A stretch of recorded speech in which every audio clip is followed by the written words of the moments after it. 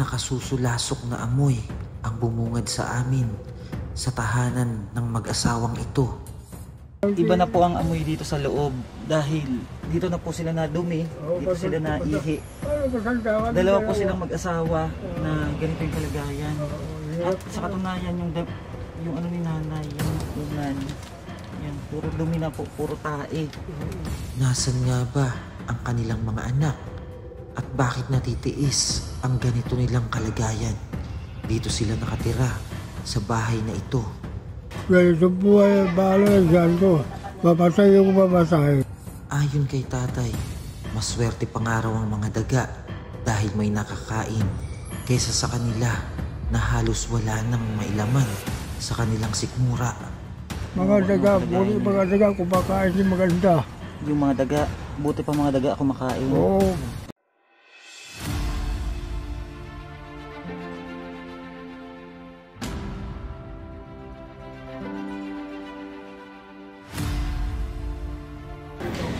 Yan po, at pupunta natin dito yung dalawang matanda na nilapit po kay Tres TV. Ayan, sila nanay po. Talagang ano po ng kalagayan nila. Ayan, kasama natin sila Tres TV. Ayan, si Ricky Vlog, may dalang bigas. At si Jessie, dala niya yung grocery. Bibigay natin kila nanay. At hanapin po namin dito kung saan yung lugar nila. Kasi inilapit lang po kay Tres TV message. Ngayon, bibisitahin namin. At kawawa daw yung kalagayan ng dalawang matanda. At hanapin lang po namin dito. Ayun, nagtatanong pa po. At hinahanap pa namin. So, naan pa daw. Ayun sila Homeless Heroes. Kasama natin si Maros Vlog, Madam Mia at si Ricky Vlog. Ayun, si Tres TV. Support niyo po. At hanapin po namin dito kung saan po yung lugar nila nanay. Dala natin ng bigas at saka groceries. Saan kaya dito?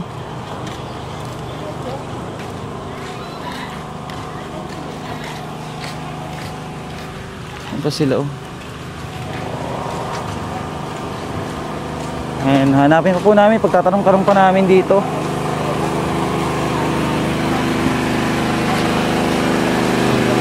Sa dulo pa po. Sa dulo pa daw. Salamat po.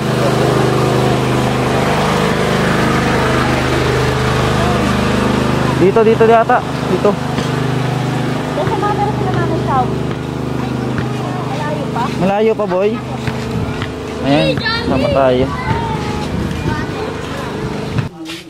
Ayan, dito po yung bahay nila nanay daw. Sino po kasama nila dyan? Sila lang? Ano po, patira lang sila dito? Ay, andun sila nasa loob. Ayan po, tingnan po natin yung kalagayan ng matanda dito. Dito pala sila, Tao po! Grabe yung kalagayan nyo dito. Ano ba yung, ano na to? Ha? Hello, Nay! Kamusta kayo dito? Ha? Hindi na okay. Ba't di okay, Nay? Ba't di okay? Anong tay? Nakaligtira. Oo. Nakaligtira. Wala kami na dito. Kawawa kami. Walang pagkain. Ayun po mga kababayan, at nasilip ko na sila doon. Pero hindi ko kaya po yung amoy nila. Parang napabayaan na po yung dalawang matanda dito. At talagang napakatindi po ng amoy sa loob. Nakakahilo po yung amoy nila at yung kalagayan. Hindi ko po alam kung bakit. Siguro doon na rin sila na dumi. Doon na rin sila na CR. Kasi may mga po doon, may mga parang mga yung ihian na po nila. Talaga pong, tingnan nyo naman po ang klase. Tingnan po yung klase ng nila, tirahan. At yung ginagamit nilang tubig, puro tubig ulan na may mga kitikiti na to sa ilalim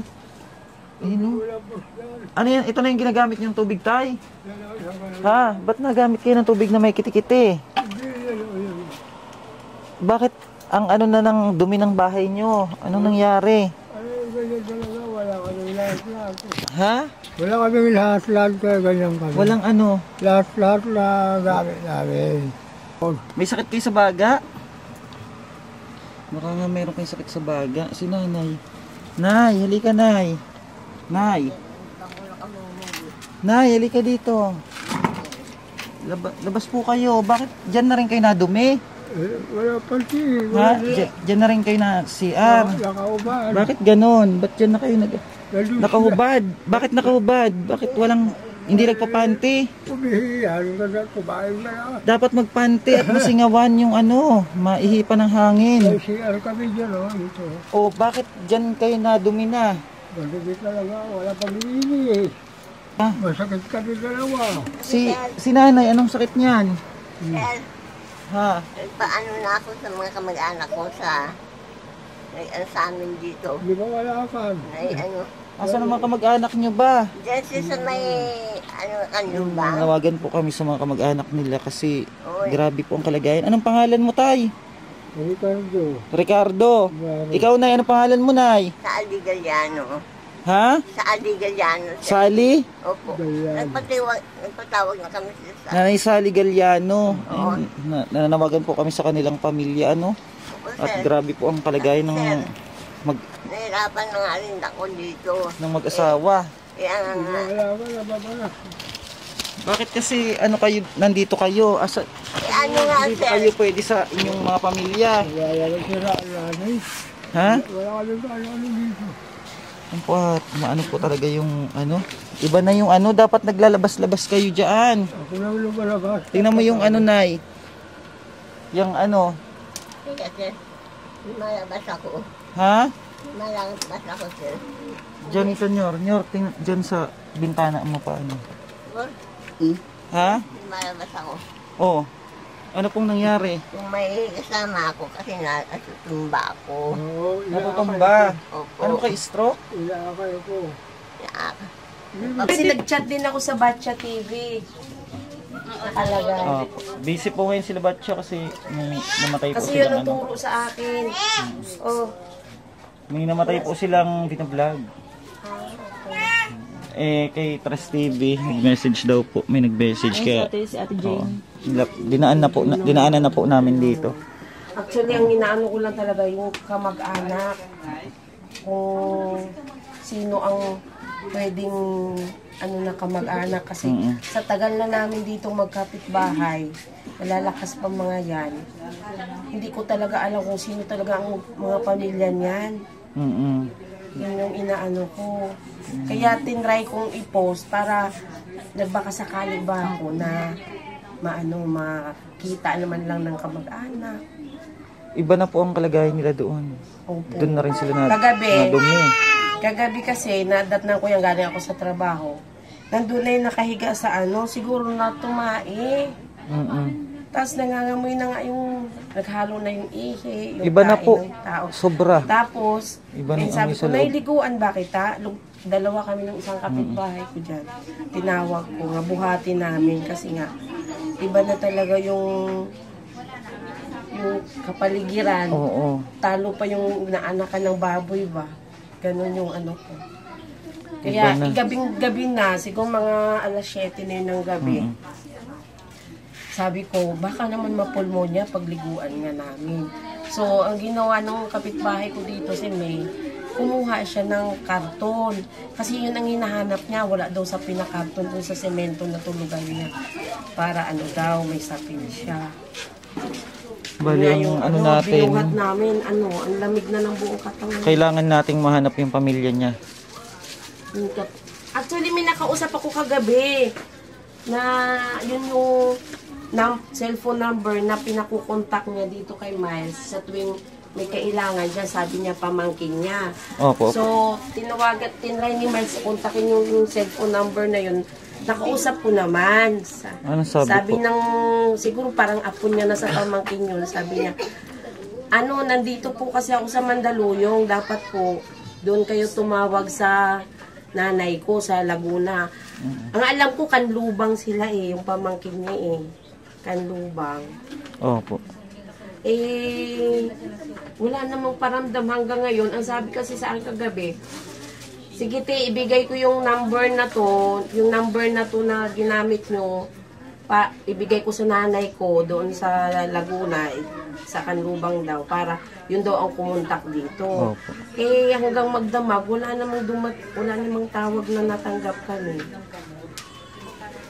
Kailangan natin mahanap ang pamilya na lang nila para maalagaan yung dalawa matanda. Kasi iba na talaga yung Ano buwan klase ng ano nila, klase ng bata loob ng bahay.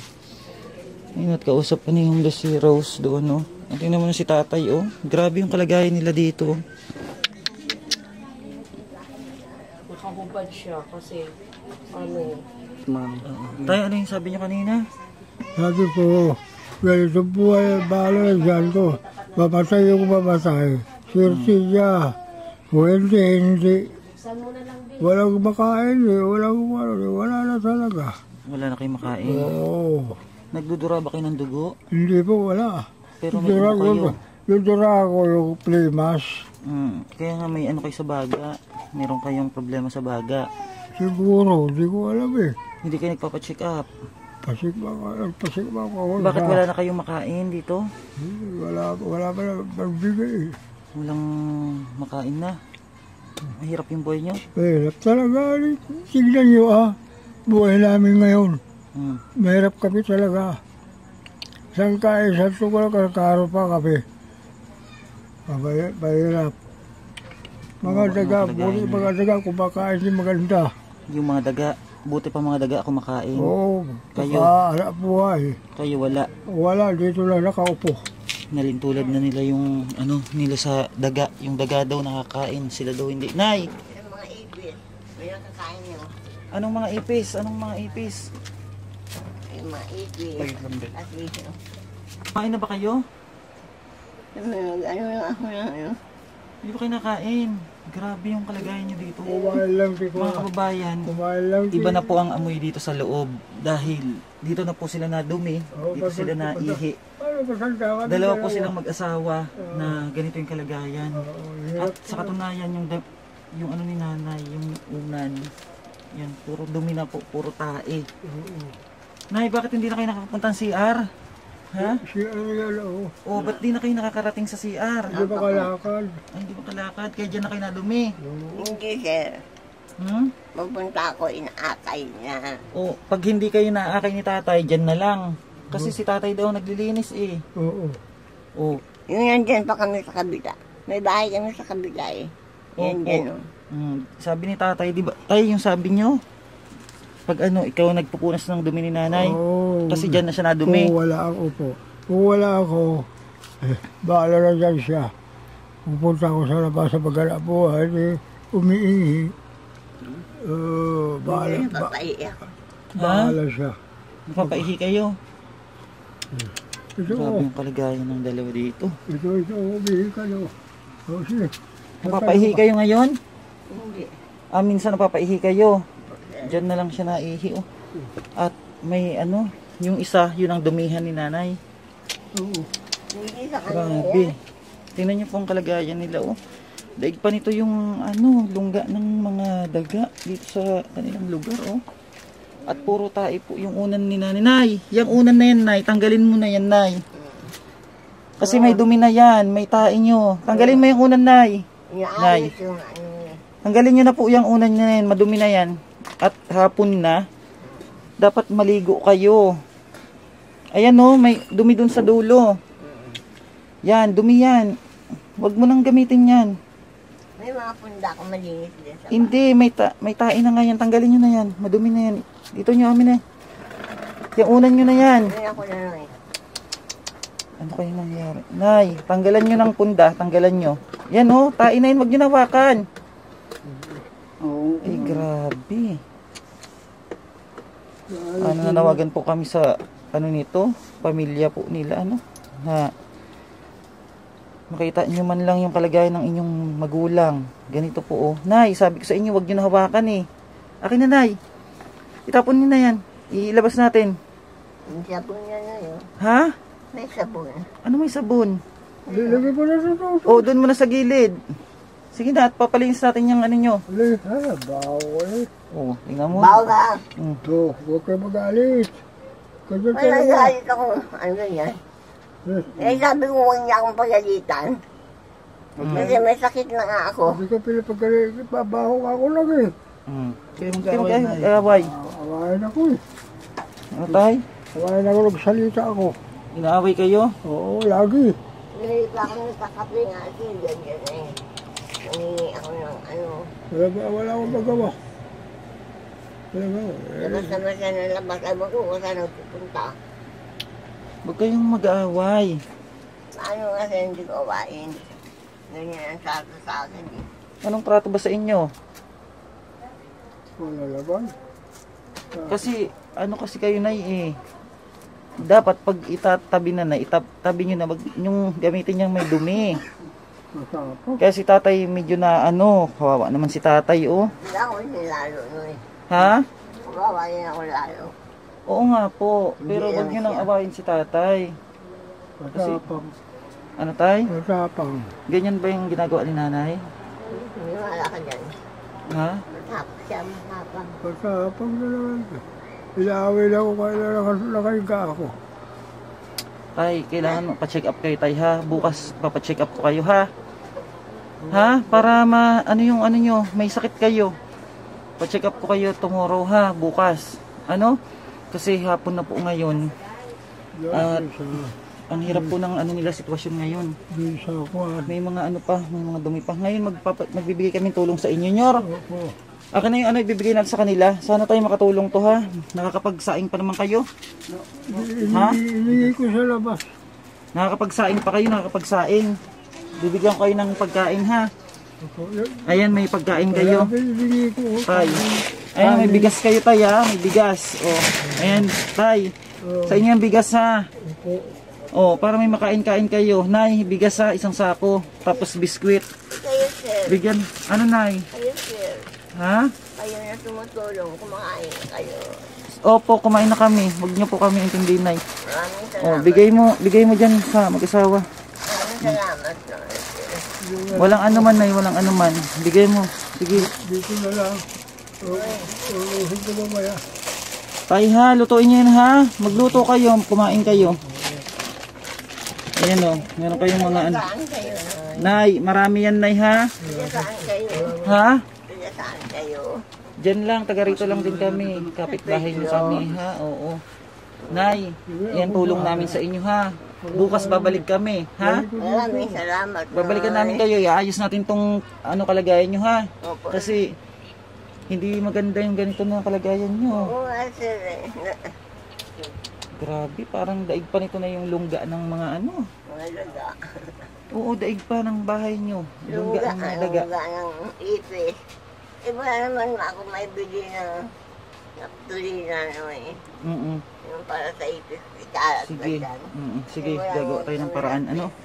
Tay ha, gagawa tayo ng paraan. Para maging maayos yung buhay nyo. At ito po muna mga kababayan. Ang ating update sa kanila. Maraming salamat po and God bless. Ito po muna mga kababayan. Thank you so much po. At update po muli namin kayo. Maraming salamat po. Tanggap